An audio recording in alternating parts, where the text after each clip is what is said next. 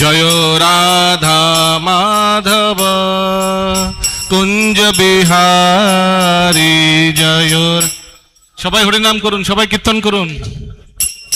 কুঞ্জ বিহারী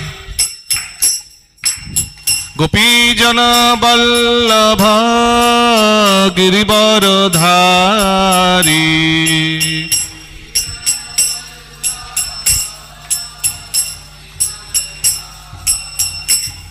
জয় গোপীজন বল্লভ গিরিবরধারী।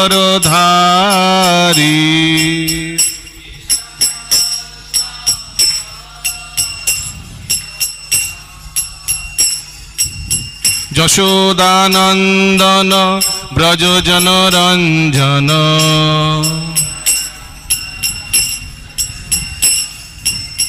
যশোদানন্দন ব্রজজন রঞ্জন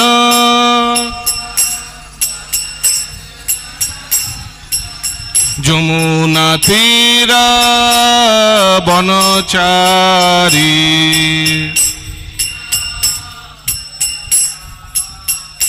যমুনা তীর বনচারী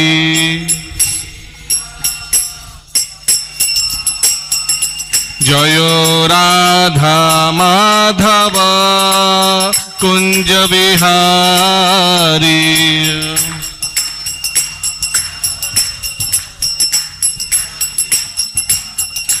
জয় গোপীজন বল্লভ গিরিবরধারী।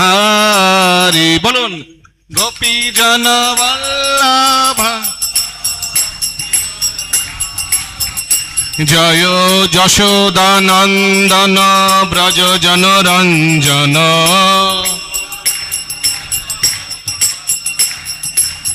যমুনা তীর বনচারী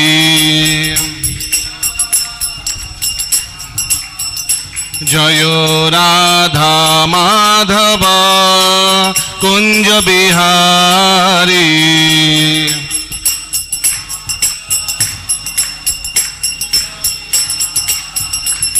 হরে কৃষ্ণ হরে কৃষ্ণ কৃষ্ণ কৃষ্ণ হরে হরে হরে রাম রাম রাম হরে হরে। এভরিবডি হরে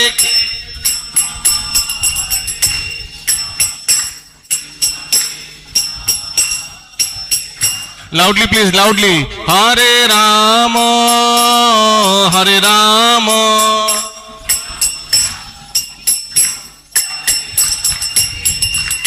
Hare Krishna Hare Krishna Krishna Krishna Hare Hare Hare Rama Rama Rama Hare Hare। হৃদয় দিয়ে কীর্তন করুন, কৃষ্ণ কৃষ্ণ হরে হরে রাম হরে রাম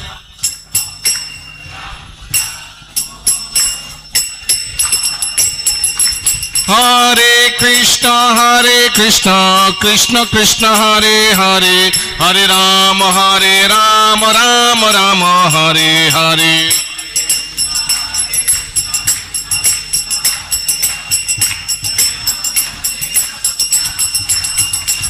হরে কৃষ্ণ কৃষ্ণ কৃষ্ণ হরে হরে হরে রাম রাম রাম হরে হরে। সবাই কীর্তন করুন, বলুন বলুন, হরিনাম করুন, বলুন, মুখ দিয়ে উচ্চারণ করুন, মুখ খুলে উচ্চারণ করুন।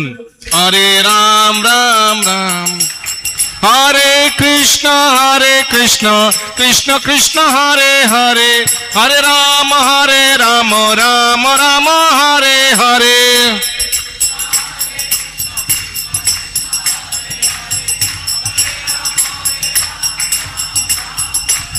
জয় রাধা গোবিন্দ রাধে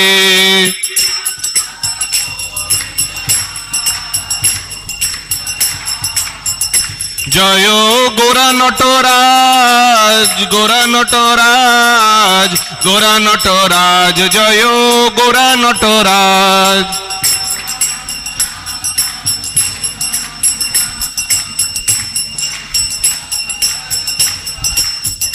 জয় জগন্নাথ, জয় জগন্নাথ, জয় বলদেব, জয় সুভদ্রামা।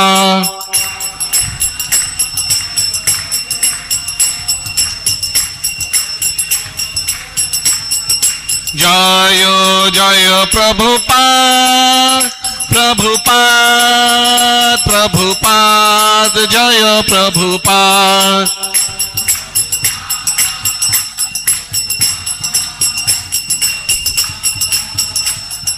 নিতাই গৌরা হরি বল, হরি বল, হরি বল, গৌরা হরি বল।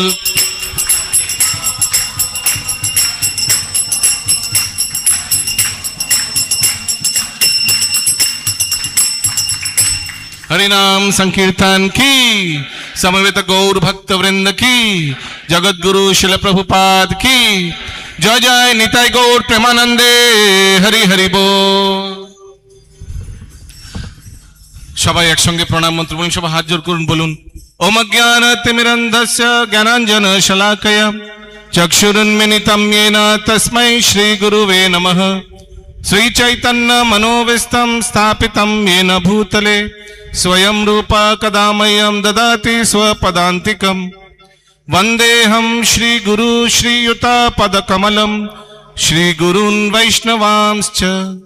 श्रीरूपं साग्रजातं सहगना रघुनाथं वितं तं सजीवं साद्वैतं सावधूतं परिजनसहितं कृष्णचैतन्यदेवं श्रीराधा कृष्णपादान् सहगना ललिता श्रीविशाखान्वितांश्च च।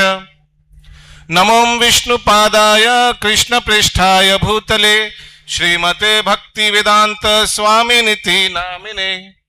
नमस्ते सरस्वते देवे गौरवाणी प्रचारिणे निर्विशेष शून्यवादी पाश्चात्य देशतारिणे। वंशाकल्पतरुर्भश्च कृपा सिन्धुवैव च पतितानां पावनेभ्यो वैष्णवेभ्यो नमो नमः। नमो महावदन्नाय कृष्ण प्रेम प्रदायते कृष्णाय कृष्ण चैतन्य नाम्ने गौरत्रिषे नमः। हे कृष्ण करुणा सिंधु दीनबंधु जगत्पते गोपेश गोपिका कांतो राधा कांतो नमस्तुते। तप्त कांचन गौरांगी श्री राधे वृंदावनेश्वरी वृषभानुसुते देवी प्रणमामि हरिप्रिये। नीलाचल निवासाय नित्याय परमात्मने बलभद्र सुभद्राभ्यां श्री जगन्नाथाय ते नमः। जय श्री कृष्ण चैतन्य प्रभु नित्यानंद श्री अद्वैत गदाधर शिवासादि श्री गौर भक्त वृंद। हरे कृष्ण कृष्ण कृष्ण हरे हरे, हरे राम राम राम हरे हरे।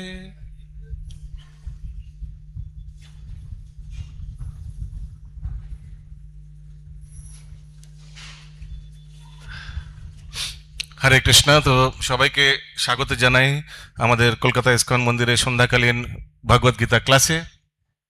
एखन खुबই पवित्र समय चलছে। এখন रथयात्रार शुभ अनुष्ठानेर शुभ फेस्टिवलेर आयोजन चलছে। আর কিছুদিনের মধ্যেই रथयात्रा महा उत्सव आरम्भ হবে। কিছুদিন আগে স্নান পূর্ণিমা মহোৎসব গেল। আর এই স্নান পূর্ণিমায় ভগবান জগন্নাথ বলরাম ও সুভদ্রা মহারানীকে খুব সুন্দরভাবে ভক্তরা স্নান করালেন। ভগবানের অলৌকিক অদ্ভুত লীলা। এই স্নান করার পর ভগবানের একটু টেম্পারেচার হাই হয়ে যায়, জ্বর জ্বর লাগে। আর এরপর ভগবান কিছুদিন বিশ্রাম করেন। ইংলিশে বলে কোয়ারেন্টাইন, বাংলা কি বলে অনবসর, হ্যাঁ অনবসর, কোয়ারেন্টাইন। কোভিড হলে কোয়ারেন্টাইন হতো না কোভিডের সময়? কোভিডের সময় কোয়ারেন্টাইন হলে কি হতো, কারোর সঙ্গে মেলামেশা হতো না, ব্যক্তি একা থাকতো কিছুদিন, যতক্ষণ না ভাইরাসটা চলে যায়, ঠিক না? তো ভগবানেরও সেই অদ্ভুত লীলা। ভগবানের এখন একটু জ্বর হয়েছে। হুম। তো আমাদের জগন্নাথ বলরাম সুভদ্রা মহারানী জানেন কোথায় আছে? আমাদের এখানে প্রভুপাদের অফিস আছে, শিল প্রভুপাদের অফিস রুম, সেই রুমে আছেন। সেই রুমে এখন কোয়ারেন্টাইন অবস্থায় আছেন। আর ভগবানকে স্পেশাল ওষুধ বানানো হয়, একদম জড়িবুটি দিয়ে, একদম খুব সুন্দর চ্যবনপ্রাশ, দুধ, এসব এসব অনেক কিছু দিয়ে একটা খুব সুন্দর একটা মিশ্রণ বানানো হয়। আর সেই মিশ্রণ ভগবানকে দেওয়া হয়। আর দেওয়া হওয়ার কিছুদিন পরেই ভগবানের জ্বর চলে যায়। আর ভগবান জগন্নাথ বলরাম সুভদ্রা মহারানী আবার ফিট হয়ে আবার চলে আসেন অল্টারে। নেত্র উৎসব হয়। আর নেত্র উৎসবের পর ভগবান চান যে আমি আমার ভক্তদের সঙ্গে এতদিন দর্শন সাক্ষাৎকার হতে পারলো না, এবার আমি অল্টারের বাইরে গিয়ে সবাইকে দর্শন দেবো বাইরে। রথে হরিব, রথযাত্রা মহা উৎসব কি। তো এই সময় এই এই অনবসর কাল, এই কোয়ারেন্টাইন সময় গৌরাঙ্গ মহাপ্রভু সাক্ষাৎ ভগবান শ্রীকৃষ্ণ, উনি খুব আতুর হয়ে যেতেন ভগবান জগন্নাথকে দর্শন না করতে পেরে। উনি ভগবান জগন্নাথকে দর্শন করার জন্য ছটফট করতেন। তখন ভগবান জগন্নাথ উনাকে স্বপ্নে দর্শন দিল। খুব মন দিয়ে শুনবেন, খুব অলৌকিক লীলা। ভগবান জগন্নাথ স্বপ্নে দর্শন দিলেন আর বললেন চিন্তা করো না। এখন দেখুন, ভগবান জগন্নাথ হচ্ছেন অচল জগন্নাথ, অচল ভগবান, আর গৌরাঙ্গ মহাপ্রভু হচ্ছেন সচল জগন্নাথ, ঠিক না? সাক্ষাৎ কৃষ্ণ, একজন অচল একজন সচল। তো উনি বললেন যে ডোন্ট ওয়ারি, চিন্তা করো না। এই সময় যদি তুমি আমার দর্শন করতে চাও তাহলে কিছু দূরে, জগন্নাথ পুরী থেকে আই থিঙ্ক 18-19 কিলোমিটার দূরেই আলালনাথ মন্দির আছে। সেই আলালনাথ আলওয়াররা সেই বিগ্রহ স্থাপন করেছেন, চতুর্ভুজ বিষ্ণু বিগ্রহ। কারা কারা আপনারা দর্শন করেছেন হাত উঠান। ওকে, ভেরি নাইস। করবেন এবার, জগন্নাথ পুরী তো যায় সবাই, স্পেশালি বাঙালিদের একটু ছুটি বুটি হলে দুটো জায়গায় হয়তো বলবে দার্জিলিং যাবো, দার্জিলিং, নাহলে চলো পুরী যাই। এই দুটো জিনিস একদম বাঙালিদের ফিক্সড। তো জগন্নাথ পুরীতে যখন নেক্সট টাইম যাবেন, পুরী থেকে জাস্ট 18-20 কিলোমিটার দূর আলালনাথ মন্দির অবশ্যই দর্শন করবেন। তো এই যে অনবসর কাল, এই অনবসর কোয়ারেন্টাইন পিরিয়ডে ভগবান গৌরাঙ্গ মহাপ্রভু জগন্নাথ দর্শন করার জন্য ওনাকে ভগবান জগন্নাথ আদেশ দেন, তুমি এক কাজ করো, তুমি আমার এই আলালনাথ মন্দিরে এসে আমার চতুর্ভুজ রূপ দর্শন করো। তো ভগবান জগন্নাথ গৌরাঙ্গ মহাপ্রভু সেখানে যেতেন।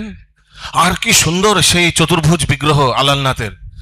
হ্যাঁ, সেখানে আলালনাথকে দর্শন করে ভগবান গৌরাঙ্গ মহাপ্রভু অষ্টসাত্ত্বিক বিকার হতো, আর তিনি মূর্ছিত হয়ে মাটিতে পড়ে যেতেন। আর শরীর এত কম্পন হতো, আর শরীর উষ্ণতা, শরীরের তেজ তাপ এত বেড়ে যেত যে ওনার কৃষ্ণ প্রেমে পাথর পিঘলে যেত, গলে যেত। আর যদি আপনারা এটা দেখতে চান, এখনো সেই পাথর আছে আলালনাথ মন্দিরের বিগ্রহের পাশে। একটি মন্দির, আগে পাথরটা সামনে ছিল, মন্দিরের সামনে ছিল, পরবর্তীকালে দর্শনে অসুবিধার জন্য সেই পাথরটাকে তুলে সাইডে আরেকটি বেদি বানানো হয়।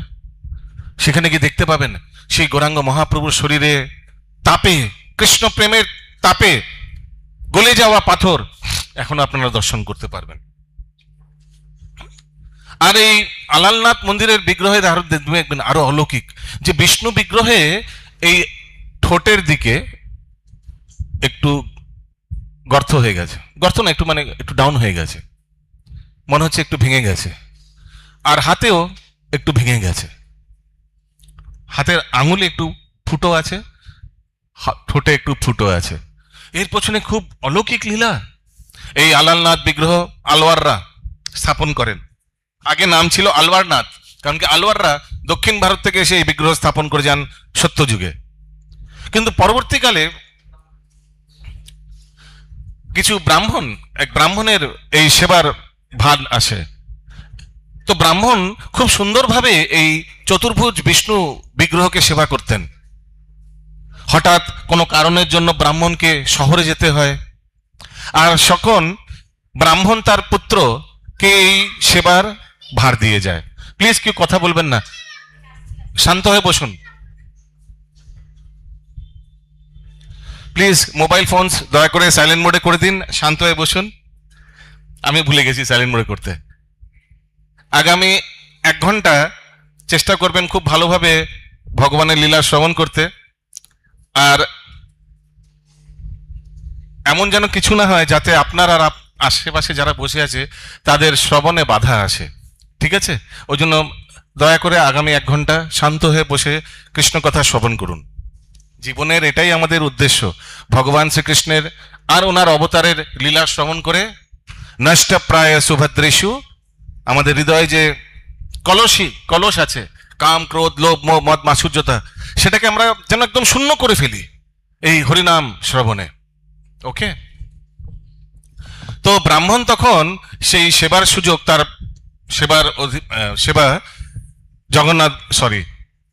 আলালনাথ বিগ্রহের সেবার ভারটা তার পুত্রের উপর দিয়ে গেলেন যে তুমি ভগবানকে ভোগ লাগিও, ঠিক আছে?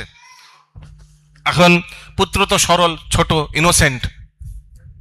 পরের দিন থেকেই যখন তার মা রন্ধন করেছেন ভোগ, তখন সেই ভোগ নিয়ে ভগবান আলালনাথকে বিগ্রহের সামনে সে পুত্র নিবেদন করেছেন। তো আলালনাথ বিগ্রহ সামনে ভোগটা রাখার পর ছোট বালক বলছে, কি হলো, তোমায় ভোগ নিবেদন করেছি, তুমি খাও। তো ছোট বালক তো জানেন না যে ভগবানের ইন্দ্রিয় ইন্টারচেঞ্জেবল। ব্রহ্ম সংহিতায় ব্রহ্মাজি স্তুতি করছেন, অঙ্গানি যস্য সকলেন্দ্রিয় বৃত্তিমন্তি পশ্যন্তি পান্তি কলয়ন্তি চিরম জগন্তি আনন্দ চিন্ময় সদুজ্জ্বল বিগ্রহস্য গোবিন্দমাদি পুরুষম তমহং ভজামি। অঙ্গানি যস্য সকলেন্দ্রিয় বৃত্তিমন্তি, ভগবানের ইন্দ্রিয়গুলি চক্ষু কর্ণ নাসিকা জিহ্বা ত্বক, এগুলো ইন্টারচেঞ্জেবলি ইউজ করতে পারেন। ভগবান নিজের দৃষ্টি দিয়ে ভোগ গ্রহণ করতে পারেন, আমরা পারি?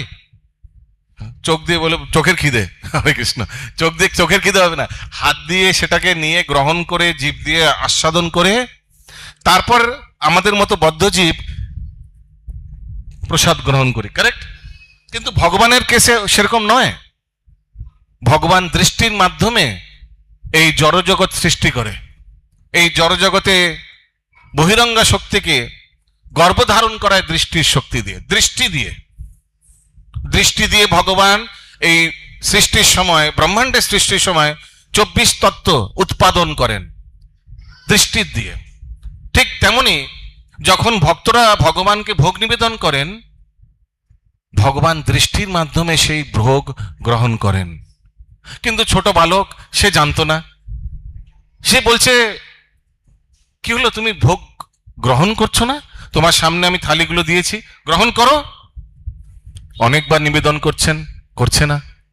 তখন সেই বালক ক্রুদ্ধ হয়ে গেছেন, ক্রুদ্ধ হয়ে পেছন থেকে ঘর থেকে একটি লাঠি নিয়ে এসছেন। আর লাঠি নিয়ে এসে সে আলালনাথ বিগ্রহকে বলছে, তুমি খাও, নাহলে আমি এখনই তোমায় পেটাবো। হরে কৃষ্ণ। সেই বালক তার সরলতা, ইনোসেন্স, কোমলতায় সে এইভাবে ভগবানের সঙ্গে আদান প্রদান করছেন। আর ভগবান ভাবগ্রাহী, ভগবানের জন্য আপনি কি দিয়ে ভগবানকে সন্তুষ্ট করতে পারবেন? যিনি অখণ্ড ব্রহ্মাণ্ডের মালিক, তাকে যদি আপনি সন্তুষ্ট করতে চান তো আপনার হৃদয় দিয়ে আপনি তাকে করতে পারেন। যখন ভগবান এরকম সরল ব্যবহার দেখলেন বালকের, ভগবান সত্যি সত্যি ভীত হয়ে গেলেন। আপনারা ভাবতে পারেন, যাকে ভয় পায় সে ভীত হয়ে গেলেন? হ্যাঁ, সে সত্যি ভীত হয়ে গেলেন। ভগবান নিজের অন্তরঙ্গ শক্তিকে, যোগমায়াকে নির্দেশ দিয়ে দেন যে যখন ভক্তদের সঙ্গে আমি আদান প্রদান করব, আমায় ভুলিয়ে দিও কি আমি ভগবান, আর ভক্তদেরও ভুলিয়ে দিও কি আমি ভগবান। তা না হলে আদান প্রদানে আমি রস আস্বাদন করতে পারবো না, ঠিক না? যদি ভক্ত জানে সে ভগবান, যদি গোপীরা জানে সে ভগবান, যদি মধুমঙ্গল সুবল সখা জানে সে ভগবান, তখন তারা কি কখনো বলতে পারবে ভগবানকে তুমি প্রতিযোগিতায় হেরে গেছো, এবার তোমার কাঁধে আমরা চড়বো? কখনো বলতে পারবে? ভগবানের কাঁধে কেউ চড়তে কারোর আস্পর্ধা হবে? কিন্তু ভক্তের হয়। কেন? কারণ কি ভাবগ্রাহী জনার্দন উনি নিজেকে আর ভক্তদের দুজনকে নিজের অন্তরঙ্গ শক্তি যোগমায়ের প্রভাবে ভুলিয়ে দেন, ভগবত্তা ভুলিয়ে দেন, নিজেও ভুলে যান, ভক্তরা ভুলে যান কি ইনি ভগবান। আর একটা সাধারণ পরিস্থিতির হয়ে যায় যেখানে যেভাবে আমরা জড়জগতে একে অপরের সঙ্গে আদান প্রদান করি, ঠিক চিদ লীলায়, পরালীলায়, আধ্যাত্মিক লীলায় ভগবান ভক্তের সঙ্গে নর্মাল বিহেভিয়ার করেন। যেমন এখানে আমরা দেখছি বালক বলছেন ভোগ গ্রহণ করো, নাহলে লাঠি দিয়ে পেটাবো। আর জানেন কি হলো তারপর? তারপর সেই চতুর্ভুজ বিষ্ণু বিগ্রহ, আলালনাথ বিগ্রহ এইভাবে ঝুঁকে গরম গরম ক্ষীর প্রসাদ, ক্ষীর ভোগ গ্রহণ করতে গেছেন, আর গ্রহণও করেছেন। খুব খুশি বালক যে আমার কথা শুনছেন ভগবান। এরকম এক দুদিন হয়ে গেছে, মা ভোগ রান্না করছে, বালক ভোগ নিবেদন করছেন, কিন্তু পিতা বলেছেন আমি এক সপ্তাহ পর ফেরত আসবো। বালকের মা একটু চিন্তায় পড়ে গেল, বালককে জিজ্ঞেস করছে কোথায় গেল ক্ষীর যে আমি তোমায় দিলাম ভগবানকে ভোগ লাগাতে? তো বালক বলছে ভগবান তো খেয়ে নিয়েছে। আরে, মাও বিশ্বাস করতে পারছেন না সত্যি সত্যি খেয়ে নিয়েছে, না বালকই হয়তো খেয়ে নিয়েছে। কিন্তু এত কোয়ান্টিটি আমার পুত্র তো খেতে পারে না একা, তাও হয়তো খিদে পেয়েছে হয়তো। পরের দিনও সেম, মা রন্ধন করেছেন, বালক ভগবানকে নিবেদন করেছেন, ভগবান প্রথমে পাচ্ছেন না, খাচ্ছেন না, বালক ক্রুদ্ধ হয়ে লাঠি নিয়ে এসছেন, আলালনাথ বিগ্রহ চতুর্ভুজ রূপ ভয়ে আবার সেই ক্ষীর গ্রহণ করেছেন। আস্তে আস্তে গ্রহণ করছেন, গরম ক্ষীর তো। 7 দিন পর পিতা ফেরত এসছেন শহর থেকে, পুত্রকে জিজ্ঞেস করছেন ঠিক মতো ভোগ নিবেদন করছে তো, সেবা ঠিক মতো হচ্ছে তো? হ্যাঁ। ভগবান পাচ্ছে তো? হ্যাঁ। তার স্ত্রীকে জিজ্ঞেস করছেন বাহ ভালো, আমাদের পুত্র তো খুব সুন্দরভাবেই ভগবানের সেবা ধরে ফেলেছে। বলছে আরে তুমি জানো না, এই 7 দিন আমি ভোগ নিবেদন করেছি, আর আমাদের পুত্র গিয়ে ভগবানকে ভোগ অর্পণ করেছেন, আর ভ্যানিশ সব ক্ষীর ভগবান পেয়ে নিয়েছে। আমি বুঝতে পারছি না কিভাবে এটি সম্ভব হলো। আমার মনে হয় আমাদের পুত্রই হয়তো সব পেয়ে নিয়েছেন, কিন্তু এত পরিমাণ এই ছোট বালক পেল কি করে? পিতার একটু সন্দেহ হয়েছে, ঠিকই তো, এরকম তো হয় না, বাচ্চাদের তো খাওয়ানোর জন্য পেছনে পেছনে 1 ঘন্টা ঘুরতে হয়, ঠিক না? আর এখানে পুরোটা নিজে পেয়ে নিল, কিছু গড়বড়, দেখতে হবে তো। পরের দিন স্ত্রীকে বলেন তুমি ছেলেকে পাঠাও ভোগ নিবেদন করতে। তো পুত্র সেই মায়ের রন্ধন গরম গরম ক্ষীর নিয়ে আল্লাহনাথ বিগ্রহের সামনে রেখেছেন। পিতা স্থির করলো যে আমি দেখবো কি হয়, কারণ কি আমার একটু সন্দেহ হচ্ছে। দেখুন, যারা পূজারী তারা এই রেসিপ্রোকেশন, ভগবানের সঙ্গে আদান প্রদান, এর ভগবানের মনের স্থিতি পূজারীরা বুঝতে পারে। অন্তত যারা অনেক বছর ধরে ভগবানকে সেবা করছে, ভগবানের সঙ্গে একটা সম্পর্ক গঠন হয়ে যায়। তখন যখন পুত্র ভোগ নিবেদন করেছেন, পিতা দূরে পর্দার পেছন থেকে লুকিয়ে আড়ালে দেখছেন যে দেখি কি হয়। আর ওই দিনও ভগবান আলালনাথ গরম ক্ষীর পাচ্ছেন না, দাঁড়িয়ে আছেন। বারবার ছেলে বলছেন কি হলো, পাও। চুপচাপ দাঁড়িয়ে আছেন, পাও, না হলে তুমি তো আজকেও কি আমায় লাঠি আনাতে হবে? ঠিক আছে দাঁড়াও, লাঠিটি আনছি। সে গিয়ে লাঠিটা নিয়ে এসছে আর বলছে পাও। দেখছে আসছে না, কারণ কি আলালনাথ ভগবান তো অন্তর্যামী, উনি জানেন যে আজকে এই বালকের পিতা সে লুকিয়ে আমায় দেখতে মনস্থির করেছে। কি হলো, পাচ্ছ না? পাও, নাহলে লাঠি দিয়ে সত্যি কিন্তু আজকে মারবো। যেই বলেছে তখন আলালনাথ বিগ্রহ সত্যি সত্যি আস্তে করে ঝুঁকে গরম ক্ষীরটা পেতে হবে, তাড়াতাড়ি পেয়ে হয়তো পিঠায় খেতে হবে, তাড়াতাড়ি পেয়ে না হলে এনার পিতা আবার আমায় দেখে ফেলবে। যেই পেতে গেছে একটু হাতে ক্ষীরটা উঠেছে, ও কি গরম, তাও তাড়াতাড়ি পেয়ে নিতে হবে, না হলে যেই পেয়ে গেছে গরম ক্ষীরটা মুখে লেগেছে, একটু মুখে দিয়েছে মাত্র, সেই বালকের পিতা পেছন থেকে দেখে অবাক হয়ে গেছে, সাথে সাথে বিষ্ণু বিষ্ণু বলে চিৎকার করেছে, আর সাথে সাথে সেই চতুর্ভুজ বিগ্রহ সোজা সোজা একদম দাঁড়িয়ে গেছেন। কিন্তু দাঁড়িয়ে গেছেন হাতে ক্ষীর আর ঠোঁটে ক্ষীর, গরম ক্ষীর। গরম ক্ষীরের উষ্ণতায় আঙুলটাও জ্বলে গেল, ঠোঁটটাও জ্বলে গেল। হরে কৃষ্ণ। আজও সেই বিগ্রহ যদি আপনারা দর্শন করতে চান, সেই অলৌকিক অদ্ভুত বিগ্রহ আলালনাথ বিগ্রহ অবশ্যই দর্শন করবেন জগন্নাথ পুরীতে গেলে।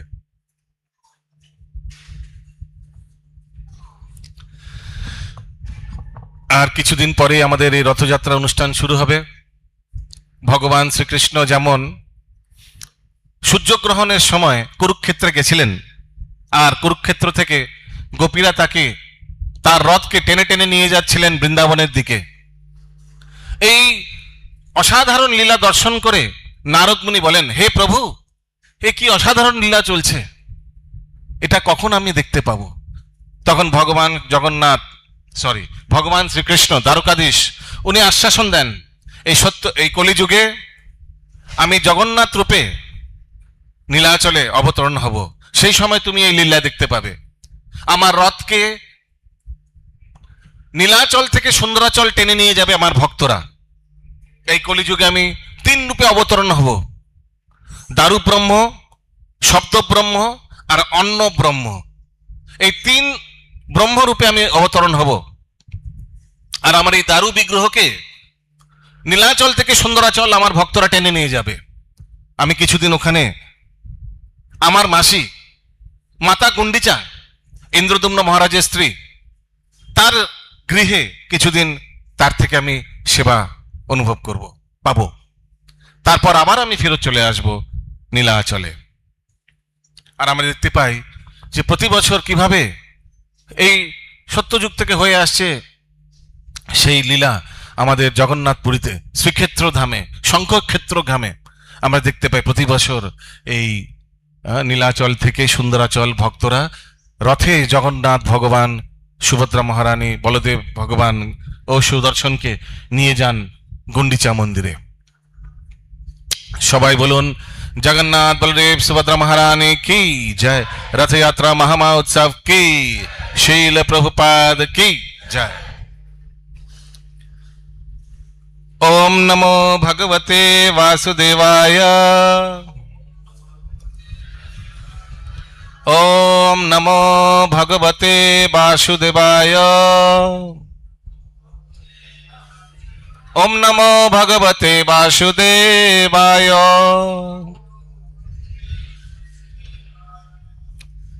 আজকে আমরা ভগবত গীতার 4th অধ্যায় শ্লোক সংখ্যা 17 আমরা আলোচনা করব। আপনারা স্ক্রিনে দেখতে পাচ্ছেন শ্লোকটি, আমার পরে আপনারা রিপিট করুন।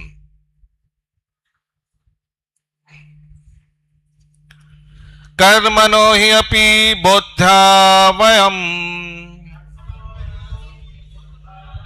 बोध्याव्यं च विकर्मणा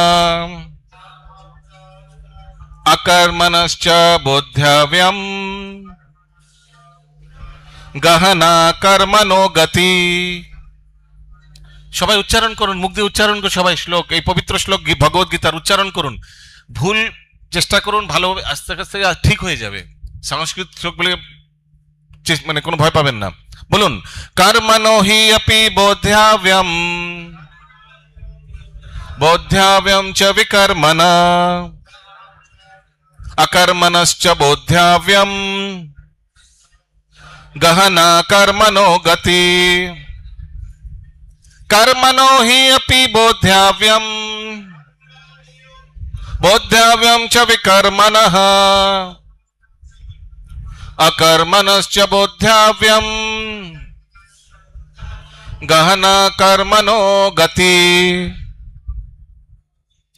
শব্দার্থ সবাই রিপিট করুন। কর্মণ, কর্মের, হি অবশ্যই, অপি ও, বোদ্ধব্যম জানা উচিত, বোদ্ধব্যম জ্ঞাতব্য, চ ও, বিকর্মণ শাস্ত্র নিষিদ্ধ কর্ম, অকর্মণ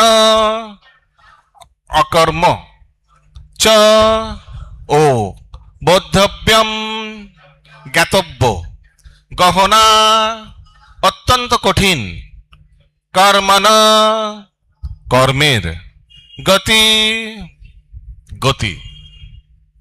তো এই সংস্কৃত শ্লোক আমাদের শিল প্রভুপাদ এই শ্লোকটির, প্রতি শ্লোকটির, গীতার ভগবদ্গীত শ্লোকটি পাঁচালী রূপে, বাংলা পাঁচালী রূপেও লিখেছে। চলুন পাঁচালীটাও পড়ি। কর্ম যে বুঝিতে তুমি অকর্ম বুঝিবে,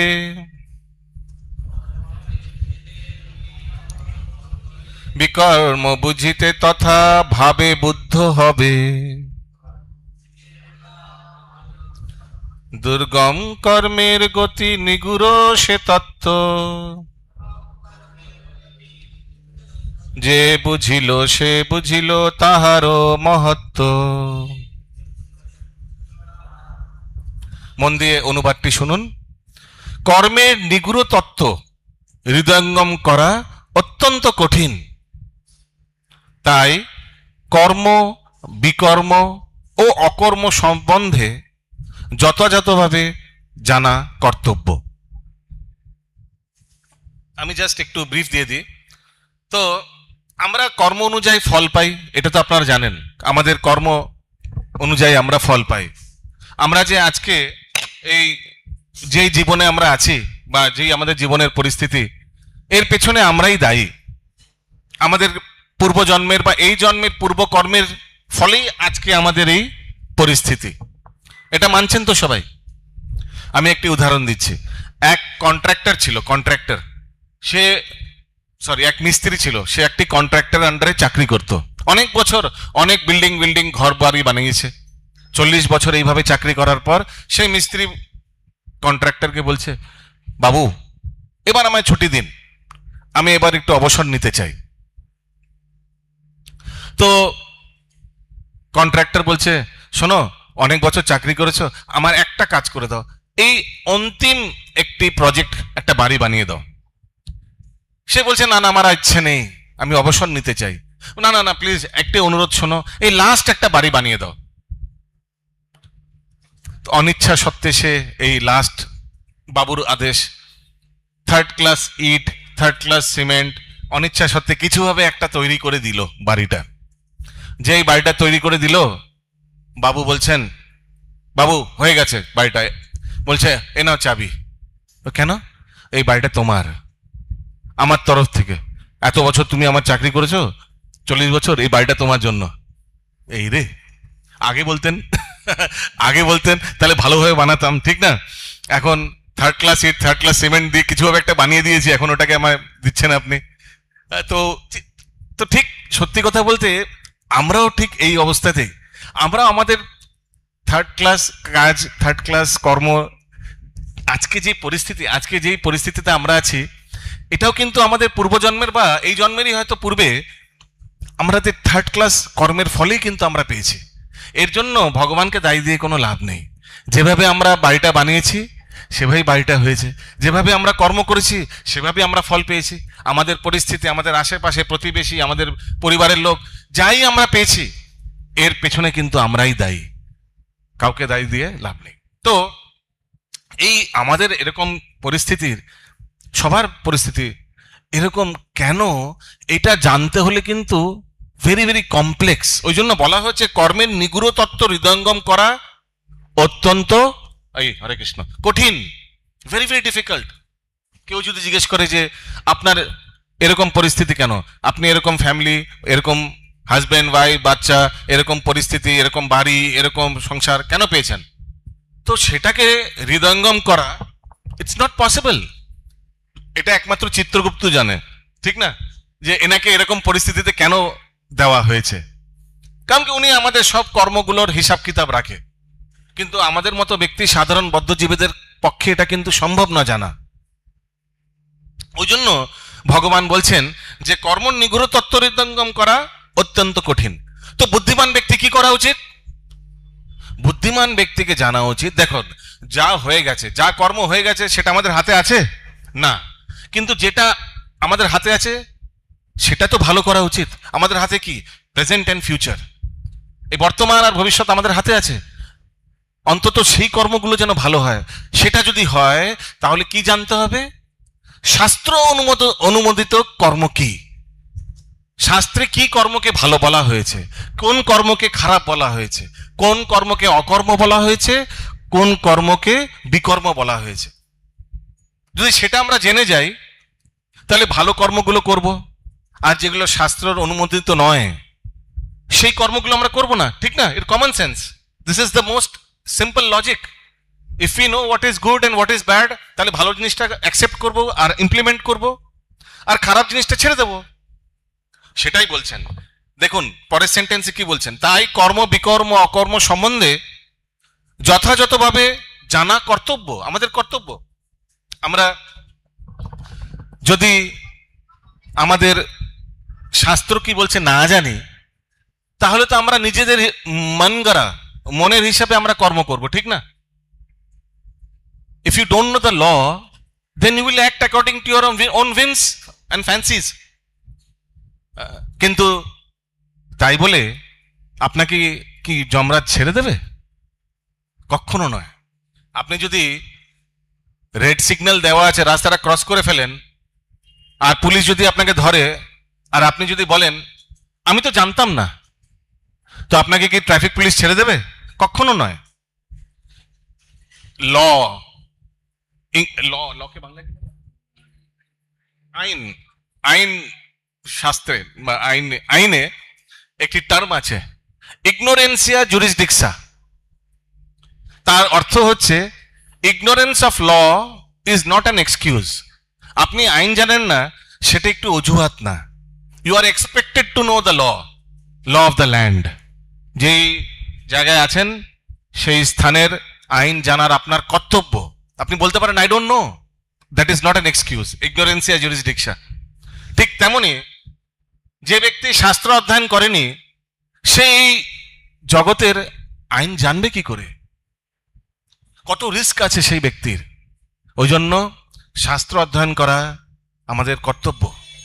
ভাববেন না মানে এটা অধ্যয়ন করে আমরা কারোর উপকার, আমরা সবচেয়ে বড় নিজেদের উপকার করছি, নিজেদের অন্যায় বা ভুল কর্ম থেকে নিজেদের বাঁচাচ্ছি। কারণ কি মনে রাখবেন, এভরিথিং ইজ বিং নোটিসড। প্রত্যেক জিনিস নোটিস হয়, এভরিথিং ইজ বিং রেকর্ডেড, আর everything will have its own action বা রিয়াকশন। আপনি ভাবতে পারেন না যে কখনো কখনো দেখি না কেউ এমনি বসে আছে, আমি কতবার দেখেছি, একটা ধরুন পিঁপড়ে যাচ্ছে, এমনি কিছু পিঁপড়েটা সাইড দিয়ে আছে, এমনি পিঁপড়েটাকে মেরে দিল। হয় এরকম হয়। তো আপনি ভাববেন না একটা ইনসিগনিফিকেন্ট জীব মেরে দিলাম, কি যায় আসে, কেউ দেখলো তো না, কেউ দেখলো না। সূর্য চন্দ্র, হ্যাঁ 12 আদিত্য, 33 কোটি দেবী দেবতা সব সাক্ষী, আর আপনি বলছেন কেউ দেখলো না।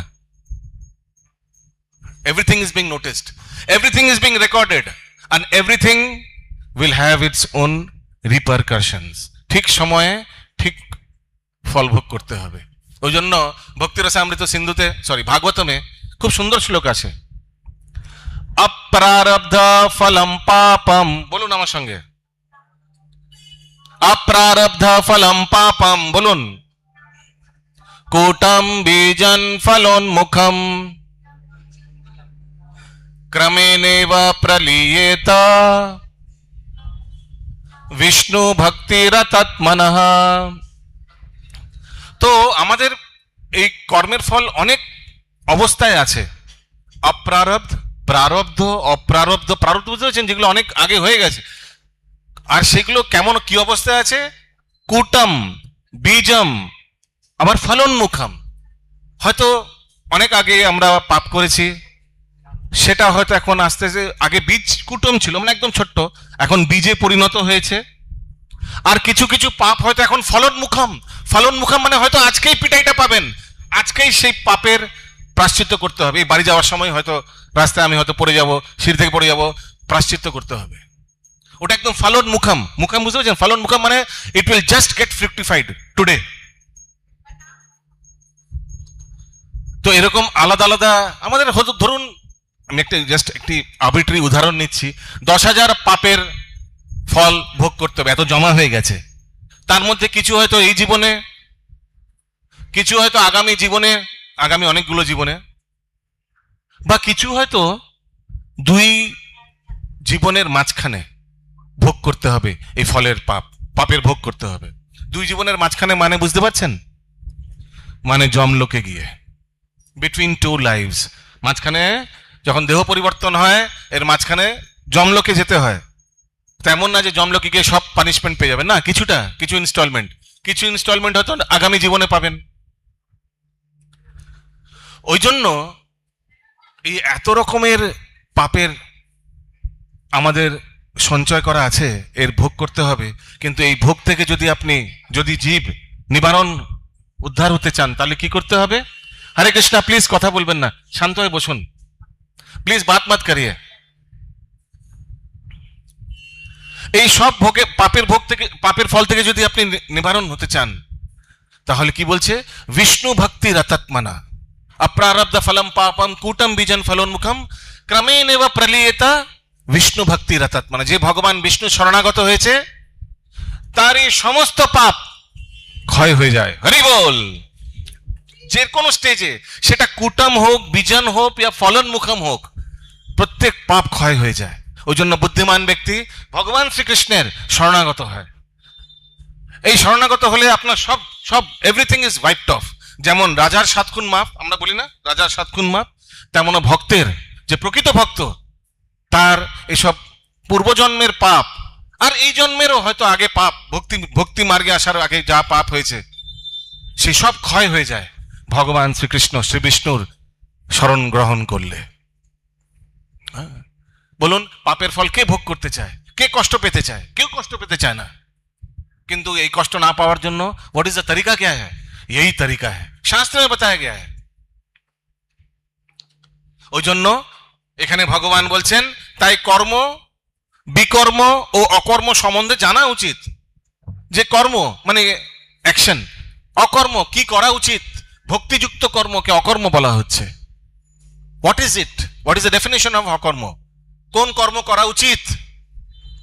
এন্ড বিকর্ম, কোন কর্ম করলে পাপের ফল ভোগ করতে হবে, নেগেটিভ কর্ম। শাস্ত্র কি বলছে সেগুলো জানতে হবে।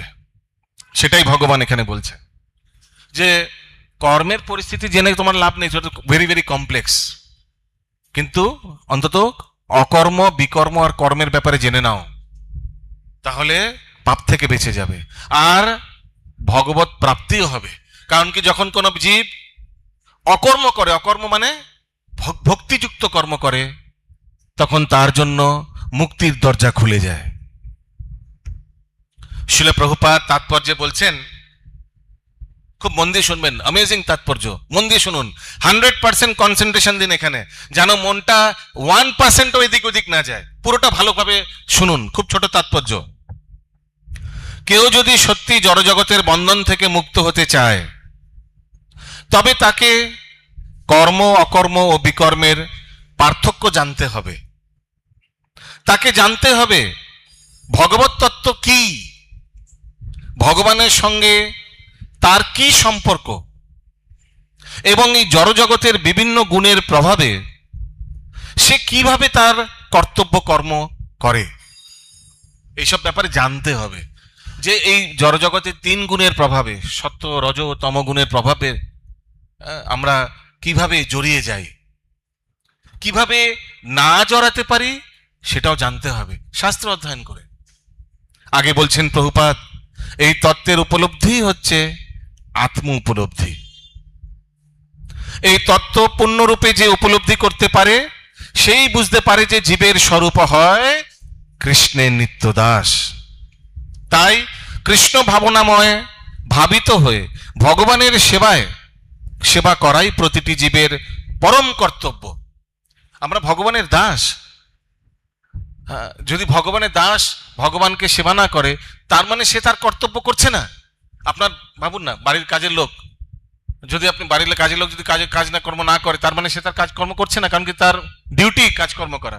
জীব, আমরা সবাই বদ্ধজীব, আমরা সব, এবং শুধু এমন না যে বদ্ধজীবেরই কর্তব্য, মুক্ত জীবেরও কর্তব্য হচ্ছে ভগবানের দাস আর তার দাসত্ব গ্রহণ করে তাকে সেবা করা।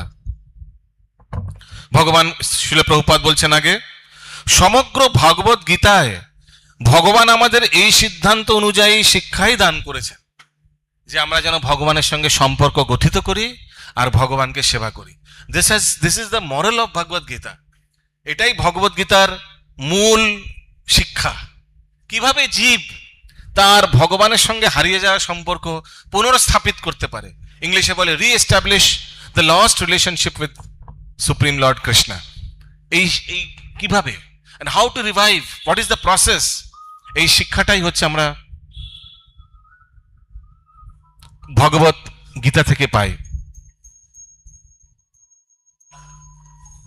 প্লিজ মোবাইল ফোন সাইলেন্ট মোডে করে দিন কাইন্ডলি।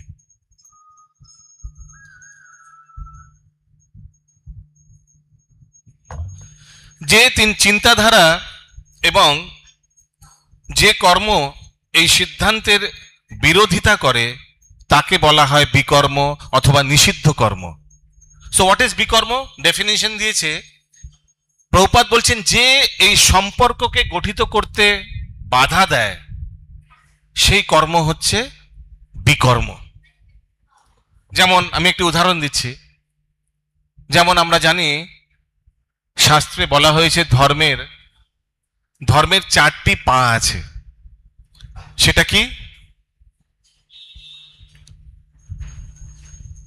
সত্য, তপ, শৌচ। সত্য, তপ, শৌচ, আর কি রয়ে গেল?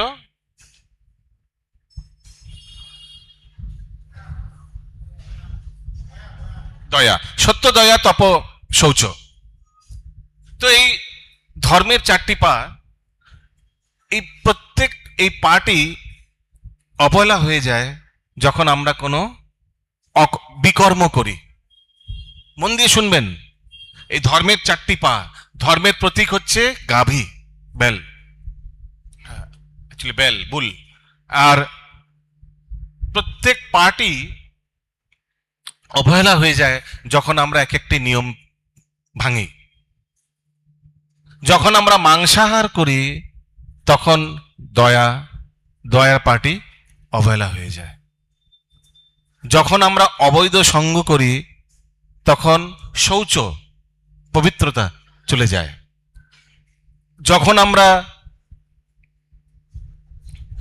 জুয়া খেলি, গ্যাম্বলিং, দ্রুত ক্রিয়া বলে করি, তখন কি চলে যায়? সত্যতা চলে যায়। আর যখন আমরা নেশা করি তখন তপশ্চর্য চলে যায়। সত্য, দয়া, তপ, শৌচ। এইভাবে আমাদের বিকর্ম হয়। তো যখন আমরা শাস্ত্র অধ্যয়ন করে জানতে পারি যে এইগুলো হচ্ছে বিকর্ম, তাহলে what is the common sense? যে এই বিকর্মগুলি আমরা করব না, ঠিক না? তো সে কি করব না সেটা জানতে হলে তো শাস্ত্র পড়তে হবে, আর কি করা উচিত কর্তব্য সেটা জানতে হলেও শাস্ত্রের শরণ গ্রহণ করতে হবে। অকর্মের জন্য শাস্ত্র শরণ গ্রহণ করতে হবে, বিকর্মের জন্য শাস্ত্রের শরণ গ্রহণ করতে হবে, জানতে হবে। না জানলে তার মানে আপনি খেয়াল খুশি মতো করবেন, আর খেয়াল খুশি মতো করলে কি হবে পরিণতি সেটা তো আপনি জানেন। ওই জন্যই বলা হচ্ছে যে সমগ্র ভগবত গীতায় ভগবান আমাদের এই সিদ্ধান্ত অনুযায়ী শিক্ষা দান করেছেন যে কিভাবে আমরা অকর্ম, বিকর্ম আর কর্ম এর পার্থক্য জানি, আর জেনে সেই হিসেবে আমাদের যেন জীবনযাপন করি। আগে শ্রীল প্রভুপাদ বলছেন যে চিন্তাধারা এবং যে কর্ম এই সিদ্ধান্তের বিরোধিতা করে তাকে বলা হয় বিকর্ম। মানে যে এই 4টে নিয়ম উল্লঙ্ঘন করে সে কিন্তু বিকর্মের রাস্তায় আছে। যে মাংসাহার করে, যে অবৈধ সঙ্গ করে, যে জুয়া খেলে, যে নেশা করে, তারা কিন্তু বিকর্মের রাস্তায় আছে। আমরা সাধারণ জীব, এই জেনে এই জ্ঞানটি লাভ করে আমাদের নিজেকে জিজ্ঞেস করা উচিত, প্রশ্ন করা উচিত, আমি কি বিকর্মের রাস্তায় আছি? আমি কি এই অবৈধ জিনিসগুলো কি করছি? Am I in the wrong path? One should ask himself. আগে শিলা প্রভুপাদ বলছেন, এই তত্ত্বজ্ঞান সম্পূর্ণরূপে উপলব্ধি করতে হলে মানুষকে কৃষ্ণ ভাবনাময় ভক্তের সঙ্গ করতে হয়, সাধু সঙ্গ করতে হয়, এবং তাদের কাছ থেকে এই জ্ঞানের যথার্থ মর্ম উপলব্ধি করতে হয়। কারণ কি, সত্যি কথা বলুন, এই যা শুনছেন এগুলো কি স্কুল কলেজে শুনেছেন? অকর্ম কি, বিকর্ম কি, হ্যাঁ, এই 4 নিয়ম, এগুলো শুনেছেন? আমি তো শুনিনি, আমি কখনো, আমার কোনো ক্লাসে বা কোনো সাবজেক্ট ছিল না এইসবের ব্যাপারে। তো এই শাস্ত্রজ্ঞান জানতে হলে ভক্তদের সঙ্গ করতে হবে। আর ভাবুন এই জ্ঞান কত ইম্পর্টেন্ট। যদি এই জ্ঞান যদি কোনো ছোট বালক ছোটবেলা থেকেই পেয়ে যায়, তাহলে সে কত পাপ থেকে বেঁচে যাবে ভাবুন। আর আমরা এই বয়সে যারা আমরা হয়তো এই জ্ঞানটা না জেনে কত পাপ করে ফেলেছি, ঠিক না? না জানি কত পাপ করে ফেলেছি। ছোটবেলায় থেকে যদি এই শিক্ষা, এই প্রশিক্ষণ আমাদের দেওয়া হতো, তাহলে আমরা না জানি কত পাপ থেকে বেঁচে যেতাম। আর কত পাপের প্রায়শ্চিত্ত এখন হয়তো করছি বা আগামী জন্মে করতে হবে অজ্ঞানতার কারণে। ওই জন্য অজ্ঞানতাকে দূর করতে হলে সাধু সঙ্গ করতে হবে। সাধু সঙ্গ করলে, দেখুন, সাধু সঙ্গ করবেন তো সাধুরা আপনাকে সাধু বানিয়ে দেবে।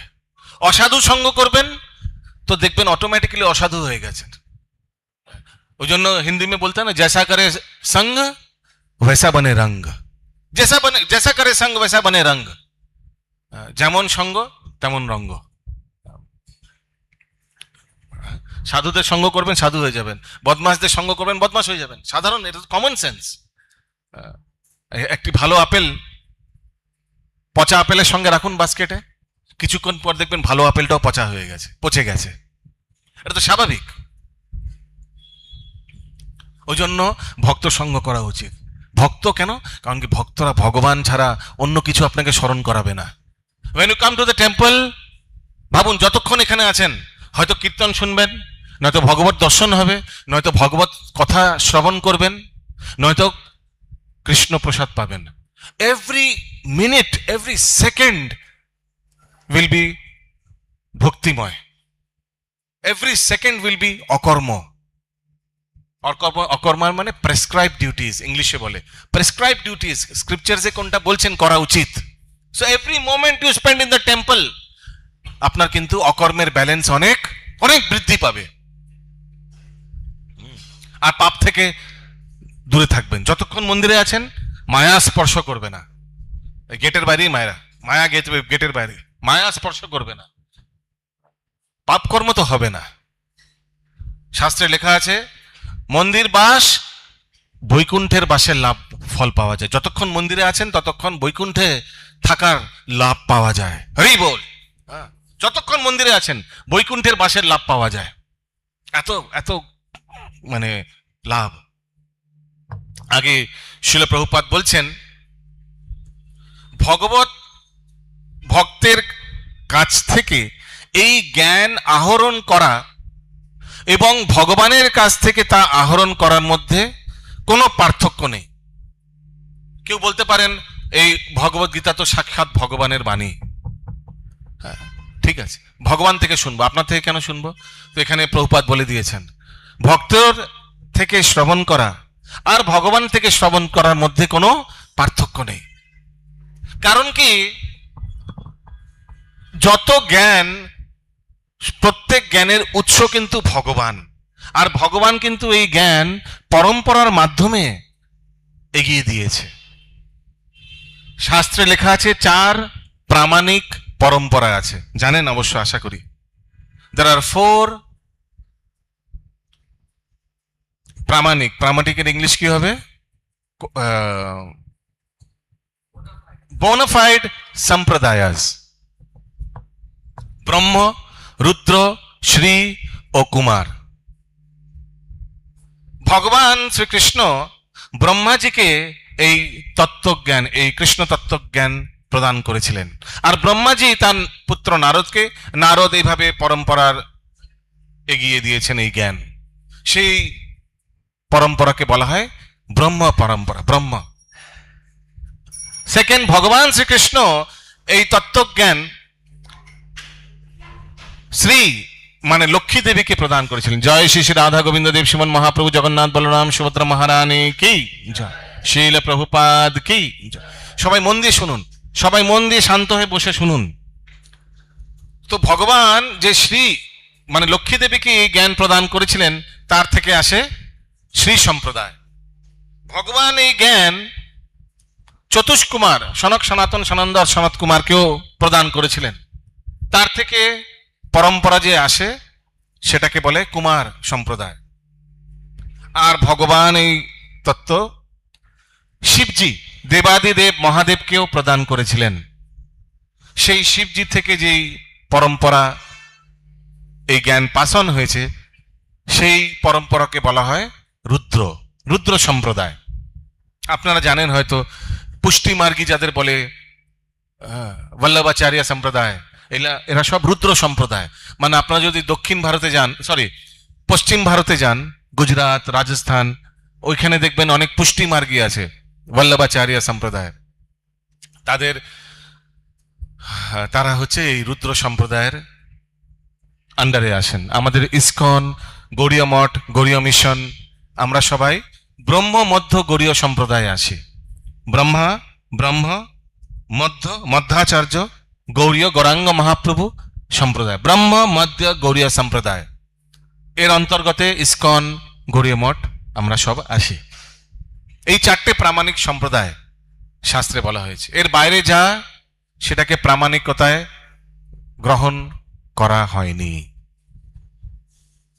এখানে ওই জন্য ভগবানের থেকে এই কৃষ্ণ তত্ত্ব পাওয়া, মানে যেমন ভগবদ গীতায় ডাইরেক্ট আপনি ভগবান থেকে এই জ্ঞানটি পাচ্ছেন, আর প্রামাণিক পরম্পরায় ভক্তদের থেকে এই জ্ঞানটি পাওয়া, এর মধ্যে কোনো পার্থক্য নেই। সেটাই শিল প্রভুপাদ বুঝিয়ে দিচ্ছেন। আগে বলছেন এই পরম তত্ত্ব জ্ঞান এভাবেই সদ্গুরুর কাছ থেকে আহরণ না করলে বড় বড় বুদ্ধিমান মানুষেরা পর্যন্ত বিভ্রান্ত হয়ে পড়ে এবং এই জ্ঞানের যথার্থ মর্ম উপলব্ধি করতে পারে না। বড় বড় বিদ্যমান, অনেক বড় বড় বিদ্যমান মানে অনেক ধন ঐশ্বর্য, অনেক হয়তো জ্ঞান সংগ্রহ করেছেন, জড়জগতের জ্ঞান, কিন্তু তারাও বিভ্রান্ত হয়ে পড়ে।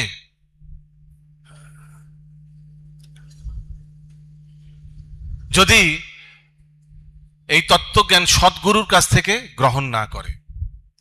তো এখান থেকে আমরা বুঝতে পারছি যে এই তত্ত্বজ্ঞান গুরুর মাধ্যমে এটাকে গ্রহণ করতে হবে। শাস্ত্রে বলা হয়েছে তদ্বিদ্ধি প্রণিপাতেনা, বলুন বলুন, পরিপ্রশ্নেন সেবয়া উপদেশান্তি তে জ্ঞানম জ্ঞানিনস্তত্ত্বদর্শন। তদ্বিদ্ধি প্রণিপাতেনা পরিপ্রশ্নেন সেবয়া। এই যদি ভগবত তত্ত্ব উপলব্ধি করতে হয় তাহলে গুরুর শরণাগত করতে হয়।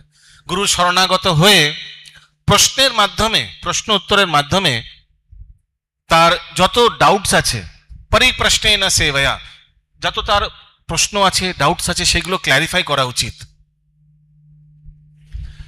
আর সেবার মাধ্যমে, ভগবান হরিগুরু বৈষ্ণবদের সেবার মাধ্যমে এই জ্ঞান হৃদয়ঙ্গম হবে। সেবার মাধ্যমে মানে কি? এর মানে হচ্ছে খুব সহজ। জ্ঞান শ্রবণ করা হচ্ছে থিওরি, সেবা হচ্ছে প্র্যাকটিক্যাল। সবচেয়ে সহজ উদাহরণ হচ্ছে যখন আমরা স্কুল কলেজে ফিজিক্স, কেমিস্ট্রি, বায়োলজি পড়তাম, তখন এরকমই কিছু হতো না কি সপ্তাহে 5 দিন ফিজিক্স ক্লাস আর 1 দিন ফিজিক্স ল্যাবে যেতে হয়, হয় না? 5 দিন ক্লাস হতো, 1 দিন ল্যাবে নিয়ে যেত, 5 দিন কেমিস্ট্রি ক্লাস হতো, 1 দিন ল্যাবে নিয়ে যেত। এরকমই তো হয় সাধারণত। ল্যাবে নিয়ে যেতে হতো কেন? কারণ কি যেটা ক্লাসে পড়িয়েছে সেটা প্র্যাকটিক্যালি অ্যাপ্লাই করে দেখতে, আচ্ছা এটা যেটা শিখেছি ক্লাসে সেটা এখন করে দেখি ঠিক কি ভুল। ঠিক তেমনি এই যে শাস্ত্রে এত আমরা ভগবান সেবা, ভক্ত সেবার ব্যাপারে শ্রবণ করছি, কিন্তু যতক্ষণ না ইমপ্লিমেন্ট হচ্ছে ততক্ষণ কি করে হৃদয়ঙ্গম করতে পারবেন না। শুধু কানে শুনবেন, কান দিয়ে শুনবেন আর শুনবেন আর শুনবেন আর শুনবেন। এটাকে যদি উপলব্ধি করতে চান, এই জ্ঞানকে যদি if you want to realise the knowledge, তাহলে কিন্তু সেবার মাধ্যমেই নলেজ রিয়েলাইজেশন আসে, শুধু শ্রবণের মাধ্যমে আসে না। শ্রবণম প্লাস হরিগুরু বৈষ্ণবদের সেবা, নাহলে হৃদয়ঙ্গম করতে পারবেন না, শুধু শোনাই হবে। সেটাই বলা হয়েছে এখানে, যে সদ্গুরুর কাছ থেকে আরোহণ না করলে বড় বড় বুদ্ধিমান মানুষেরা পর্যন্ত বিভ্রান্ত হয়ে পড়ে। আরেকটি সুন্দর শ্লোকে বলা হয়েছে, নির্দেহ মাদ্যম সুলভম সুদুর্লভম প্লাবম সুকল্পম গুরু কর্ণধারম। নির্দেহ মাদ্যম সুলভম সুদুর্লভম, এই নির্দেহ, এই মানুষের দেহ পাওয়া খুবই সুলভ আর খুবই দুর্লভ। আর এই দেহকে কার সঙ্গে তুলনা করা হয়েছে? প্লাবম। প্লাবম মানে নৌকা। এই নৌকা কোথায় যাচ্ছে? এই নৌকা ভগবত ধামের দিকে যাওয়ার ফেভারেবল। এই মনুষ্য শরীর একমাত্র শরীর 84 লক্ষে যেটা ভগবত ধামে নিয়ে যেতে পারে আপনাকে। তো আমরা সবাই মনুষ্য শরীর পেয়েছি না? So we are at the right, মানে we have got the right body, কিন্তু এই শরীরটা নৌকার মতো, আত্মাটা হচ্ছে প্যাসেঞ্জার। নির্দেহ মাদ্যম সুলভম সুদুর্লভম প্লাবম সুকল্পম গুরু কর্ণধারম। তো নৌকাটা হচ্ছে শরীর, প্যাসেঞ্জারটা হচ্ছে আত্মা। আত্মা মানে আমরা, আমাদের আসল পরিচয় আমরা আত্মা। আর ক্যাপ্টেনকে, গুরু কর্ণধারকে, কর্ণধার হচ্ছে গুরুদেব। গুরুদেব হচ্ছেন সেই পাইলট, সেই নাবিক, যিনি নাও এই নৌকাটাকে চালিয়ে সঠিক গন্তব্যে পৌঁছতে পারায়। সে হচ্ছে গুরুদেব। গুরুদেবের তত্ত্বাবধানে, গুরুদেবের আশ্রিতে যদি আমরা এই শ্রবণ কীর্তনের মাধ্যমে, এই নবদা ভক্তির মাধ্যমে যদি আমরা ভজন কীর্তন করি, তাহলে এই নৌকায় বসে কিন্তু, এই মনুষ্য শরীর দেহে বসে কিন্তু অবশ্যই আমরা ভগবত ধামে পৌঁছে যাব। হরি বল, অবশ্যই। প্লাবম সুকল্পম গুরু কর্ণধারম। ওই জন্য আসুন আমরা আমাদের নিজেদের জীবন, এই মানব দেহ আমরা সার্থক করি। लेट अस, वो क्या शोले के क्या डायलॉग था, लोहा गरम है मार दो हथौड़ा। This is the right time because we have got this human body and we are in the right place. মানুষ শরীর তো অনেক লোক পেয়েছে, কিন্তু কত লোক এই ভজন কীর্তন, এই ভক্তি মার্গে আছে? কত লোক এই রবিবার সন্ধ্যেবেলায় ভগবান শ্রী শ্রী রাধা গোবিন্দের শরণ গ্রহণ করে ওনার সামনে বসে আছে? ভেরি ফিউ, গিনে চুনে। বাকি সবাই এই রবিবার সন্ধ্যাবেলায় ইন্দ্রতৃপ্তির মাধ্যমে ডুবে আছে। আসুন আমাদের এই মনুষ্য শরীরকে ধন্যাদি ধন্য করি, ভগবান শ্রী শ্রী রাধা গোবিন্দের চরণাশ্রিত হয়ে ওনার সেবা আর ওনার ভক্তের থেকে শ্রবণ করে আমরা নিজের জীবন উদ্ধার করি। হরে কৃষ্ণ কৃষ্ণ কৃষ্ণ হরে হরে, হরে রাম রাম রাম হরে হরে। এখন আর 10 মিনিট বাকি আছে। 10 মিনিট পর আমাদের ভগবানের শয়নারতি শুরু হবে। আপনাদের যদি কারোর কোনো প্রশ্ন থাকে, প্লিজ জিজ্ঞাসা করুন। Anybody has any question regarding today's discussion? Anybody has any question? কারোর কোনো প্রশ্ন থাকলে করুন। প্রশ্ন নিয়ে বাড়ি যাবেন না, ডোন্ট ওয়ারি, নিঃসংকোচে প্রশ্ন করুন। Feel free to ask your question. If you have any doubt, please ask. Anybody has any question? ওই জন্য 10 মিনিট রেখে দিয়েছি, so that if you have question you can clarify. Yes প্রভু, একটু উচ্চস্বরে জোরে বলুন যাতে সবাই শুনতে পারে।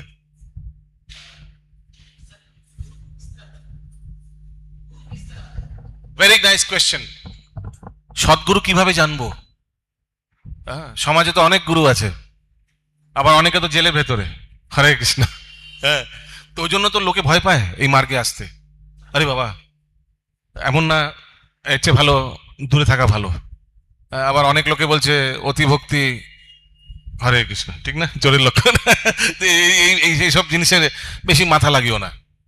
বাবা মারা চায় বাচ্চারা এইসব পড়াশোনা করুক। হ্যাঁ, এইসব মন্দির এইসব দরকার নেই। অনেকে আবার আমরা দেখি মন্দিরের সামনে এসে গাড়িটা থামায়, স্ত্রী বলছে এসো উপরে যায় দর্শন। না না না না, তুমি যাও দর্শন করে চলে আসো, আমি এখানেই ঠিক আছি। হ্যাঁ, সত্যি এরকম দুর্ভাগ্যজনক দেখি, মন্দিরের দরজার সামনে এসে হাজবেন্ড বলে তুমি চলে যাও, আমি দাঁড়িয়ে আছি, আমি যাব না, আমি যাব না, কিছুতেই আসে না।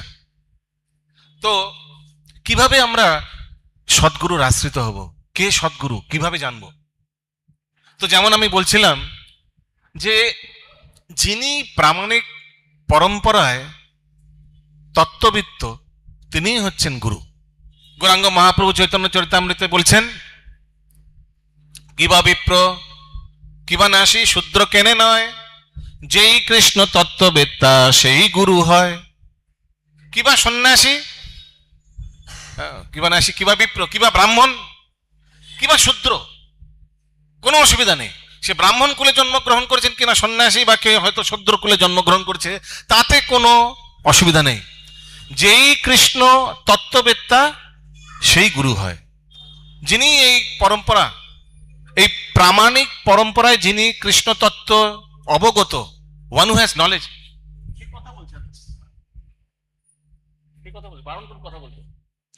যে কৃষ্ণ তত্ত্ববেত্তা, যিনি প্রামাণিক গুরু পরম্পরায় কৃষ্ণ তত্ত্ব জ্ঞান আছে, সেই গুরু হয়। তো ওই জন্য আমাদের যার থেকে শ্রবণ করছি তার কোয়ালিফিকেশন জানা উচিত, যে ইনি কি প্রামাণিক গুরু পরম্পরায় আছেন, জানতে হবে। আপনারা বলতে পারে হট করে একটা, আজকাল এতগুলো ডিভোশনাল টিভি চ্যানেল আছে না, অনেকগুলো ডিভোশনাল চ্যানেল, খুলে দিলে কিছু না কিছু চলছে। তো অনেকে ভাবে এটা খুলে দিলাম, বাস সারাদিন টিভিটা চলতে থাকে। আমি তো সারাদিন ভক্তি করি, हम सारा दिन भजन करते हैं, हम सारा दिन ये चैनल सुनते रहते हैं। তো সারাদিন এই চ্যানেল শুনলে আপনি ভাবছেন আপনি ভক্তি করছেন, not necessary. The criteria is that the intake, যে আপনি কোয়ালিটি ইনটেক করছেন, দ্যাট শুড বি প্রামাণিক পরম্পরায়, that should be bonafide talk, not any talk. যে কেউ কৃষ্ণ তত্ত্ব বলবে তার থেকে শুনে নেব, নো, দ্যাট ইজ রং। এর এর পরিপ্রেক্ষিতে শাস্ত্রে দেওয়া আছে দুধ, দুধ তো পবিত্র, দুধ পবিত্র না, দুধ, গরু দুধ পবিত্র, কিন্তু সেই দুধ যদি কোনো সাপ স্পর্শ করে আপনি পাবেন? আমি তো পাবো না, কেউই পাবে না। ঠিক তেমনি শাস্ত্র শুদ্ধ বিশুদ্ধ, ভগবান থেকে এসছেন শাস্ত্র, কিন্তু সেই শাস্ত্র যদি কোনো অসৎ ব্যক্তি পাঠ করে তাহলে কিন্তু সেই শ্রবণ করা উচিত নয়। ওজন্য কিভাবে সৎ না অসৎ কিভাবে বুঝবো? পরম্পরা দেখতে হবে, ব্যাকগ্রাউন্ড দেখতে, ব্যাকগ্রাউন্ড চেক করা যে উনি কোন পরম্পরায় আছেন। ইনি কি এই চার পরম্পরায় থেকে, does he belong to the four পরম্পরাস? যেমন আমি বললাম ব্রহ্ম রুদ্র কুমার শ্রী সম্প্রদায়, জানতে হবে। If you don't background check না করেন আর যার থেকে ইচ্ছে শ্রবণ করেন, আর যদি মনে করেন আপনি ভক্তি করছেন, that is wrong. So that is one of the criteria in knowing who is your spiritual master. কিভাবে in selection of spiritual master, guru নির্বাচন করার, এটি হচ্ছে one of the criteria, and in fact the most important criteria. Hope that answers your question. আর কারোর কোনো প্রশ্ন আছে? ইয়েস।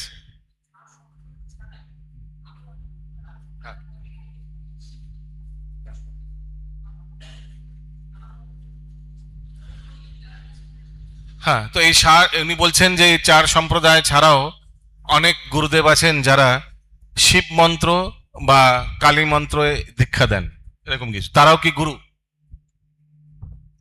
তাহলে জানতে হবে শিবজির পজিশন, মা কালীর পজিশন কি, আর ভগবান শ্রীকৃষ্ণের পজিশন কি। তো যিনি শিবজির আরাধনা করছেন ভগবান ভেবে, তো শিবজি কি ভগবান কিনা সেটা জানতে হবে প্রথমে। শিবজিকে বলা হয় বৈষ্ণব নাম যথা শম্ভু, বৈষ্ণবদের মধ্যে শ্রেষ্ঠ। বৈষ্ণব ওয়ার্ডটার ডেফিনেশন কি জানেন?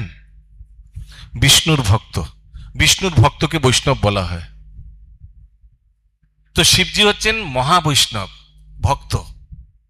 ভক্তকে যদি আপনি ভগবান ভাবেন তো এটা তো ভুল। অনেকে ওই জন্য না জেনে অজ্ঞানতায় করে। তো তো শিবজির আরাধনা করা উচিত, ইয়েস, পরম বৈষ্ণব ভেবে আরাধনা করতেই পারেন, পরম বৈষ্ণবের তো আমরা শরণাগত হতেই পারি, প্রণাম, কিন্তু জানতে হবে who is he, what is his position. তেমনি মা কালী, দুর্গা দেবী, মা কালী, এগুলো সব আলাদা আলাদা ওনার রূপ। You should know who is she, what is her position in the spiritual world. বহিরঙ্গা শক্তি বলা হয়েছে। ছায়ে বয়স্য ভুবনানি বিভর্তি দুর্গা। প্রথম লাইনটা কি? গোলোকনাম্নি নিজধাম্নি তলে চ তস্য দেবী মহেশ হরিধামেষু তেষু তেষ, না, সৃষ্টি স্থিতি প্রলয় সাধন শক্তি রেখা, সৃষ্টি স্থিতি প্রলয় সাধন শক্তি রেখা, ছায়ে বয়স্য ভুবনানি বিভর্তি দুর্গা, ইচ্ছানুরূপমপি যস্য চ চেষ্টতে স, গোবিন্দমাদি পুরুষম তমহং ভজামি। ব্রহ্ম সংহিতায় ব্রহ্মাজি বলছেন এই জড়জগতের সৃষ্টি, স্থিতি এবং সংহার, এই অ্যাডমিনিস্ট্রেশন করার জন্য ভগবান নিজের বহিরঙ্গা শক্তি রূপে দুর্গা দেবীকে নিযুক্ত করেছেন। দুর্গা দেবীর আরেকটি রূপ হচ্ছেন মা কালী। তো ভগবান নিযুক্ত করেছেন, হি হ্যাজ এম্পাওয়ার্ড দুর্গা দেবী, মা কালী বলুন, এই জড়জগৎকে নিয়ন্ত্রণ, কন্ট্রোল করার জন্য। ব্রহ্ম সংহিতা থেকে এই শ্লোকটি পাঠ করলাম। কিন্তু এনাদের সবাইকে নিয়ন্ত্রণ কে করছেন? ভগবান কৃষ্ণ, বিষ্ণু। তো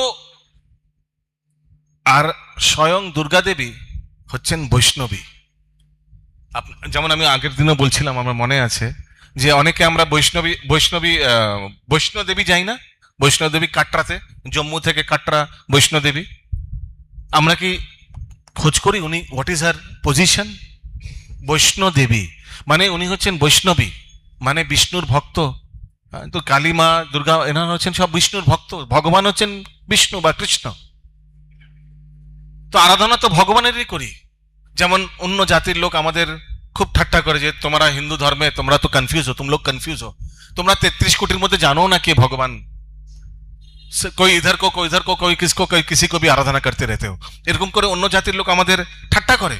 তো তাদেরকে বলে দেওয়া উচিত যে আমরা we are not in confusion, we know that there are 33 demigods, 33 কোটি দেবী দেবতা আছে, কিন্তু ভগবান একই, একজনই, ভগবান স্বয়ং কৃষ্ণ।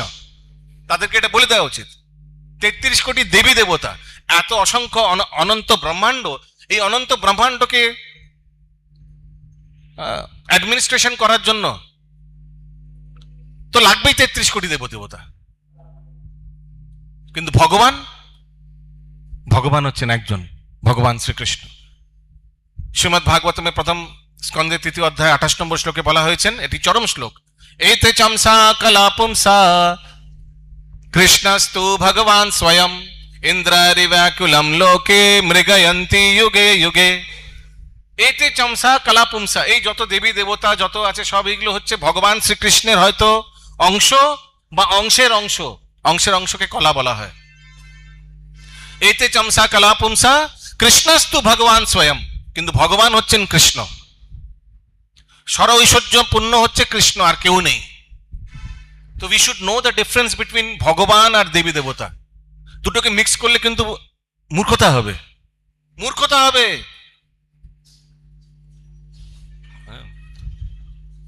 ভগবানের শরণাগত হওয়া উচিত। দেবী দেবতারা হচ্ছে ভগবানের রিপ্রেজেন্টেটিভ ইন ডিফারেন্ট ডিপার্টমেন্টস। প্রত্যেকে কিছু না কিছু একটা ডিপার্টমেন্ট নিয়েছে। যেমন বারবার বলি এটা ক্লাসে, যে যেমন পবনদেব এই হাওয়ার বায়ুর, বৃষ্টির দেবতা ইন্দ্র, বিদ্যার দেবতা সরস্বতী, এই জড়জগতের অ্যাডমিনিস্ট্রেশন দেবী হচ্ছেন দুর্গা। তো প্রত্যেক ডিপার্টমেন্টে একটি অধিষ্ঠাত্রী দেবী বা একটি অধিষ্ঠাত্রী দেবতা আছে, কিন্তু এই সবাইকে নিয়ন্ত্রণ করছেন ভগবান শ্রীকৃষ্ণ। তো ভগবান একজনই, আর জীবের স্বরূপ হয় কৃষ্ণের নিত্য দাস। ভগবানের শরণাগত হওয়া উচিত, দেবী দেবতা শরণাগত না। তারাও 84 লক্ষ জীবের যোনির মধ্যে আসে। মন দিয়ে শুনবেন কি বললাম, দেবী দেবতারাও 84 লক্ষ যোনির মধ্যেই আসে।